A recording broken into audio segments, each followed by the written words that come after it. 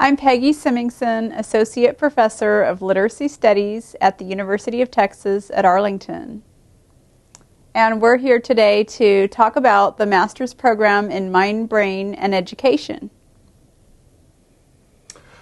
My name is Mark Schwartz. I'm Professor and also Director of the Southwest Center for Mind, Brain, and Education.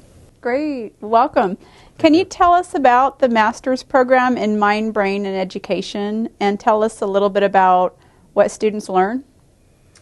So the program was conceived out of the idea that both students, practitioners, educators, everyone who's involved in the educational process can learn something about that particular process, with the idea that the cognitive sciences and the neurosciences could inform the work that we're doing.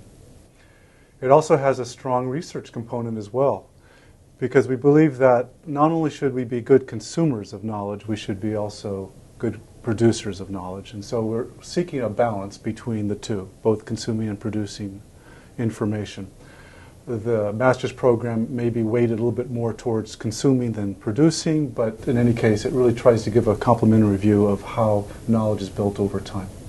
Okay, and then what types of courses do students take, and how many courses?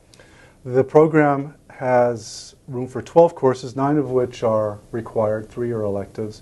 The 9 build on a sequence of key themes.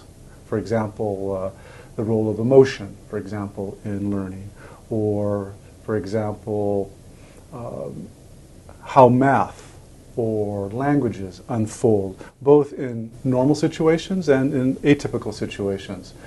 We also look at the basic construction of knowledge. How do we produce it? What kinds of tendencies do we have for favoring one way of coming to a conclusion versus another? The program begins with an introductory course that gives you an overview of the remaining 8 required courses.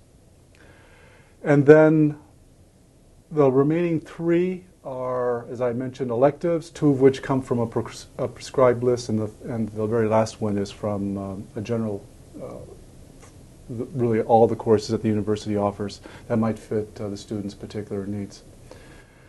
I might add that this is a part-time program, so students are here twice a week in the evenings, 5:30 to 8. So this is a program that is accomplished in 2 years after work hours. Okay, great.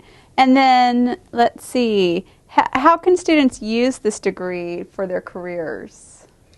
So that's the question that students ask me all the time. The traditional way that I have been answering this question is that it certainly makes you a much more powerful educator. You understand the educational process better, that is from the student's point of view and from your own point of view, the educator's point of view. And so that in itself makes you a powerful member of the educational community. But some of my students have taken the basic principles of mind-brain education, these ideas of the learning process, and to apply them in new areas. For example, I have students who are working in museum settings now, another student who is working in a hospital. In both of these contexts, there are, in this case, children involved, children who, well, in the museum context, who are coming for a learning experience, but in the hospital context, children who are there for reasons that are taking them out of school and maybe denying them the opportunity for an educational experience. So there's an opportunity for MBE to weave in an educational experience into children who are both in inpatient and outpatient care. So those are 2 areas outside of what I would consider maybe a traditional way of using the MBE degree. What I guess I'd like to convey is that wherever there's a learning opportunity, so I've just mentioned 3, but you can imagine any situation where there are individuals together trying to learn something, the principles of MBE apply, and the degree then generally would be a very useful tool. Okay, thanks. And then finally, how can students find out more about the program? Who can they contact?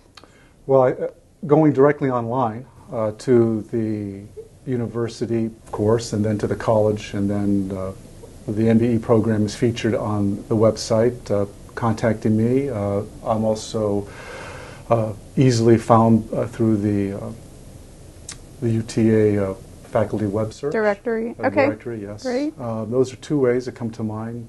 Thanks, Dr. Schwartz. Yes, thank you.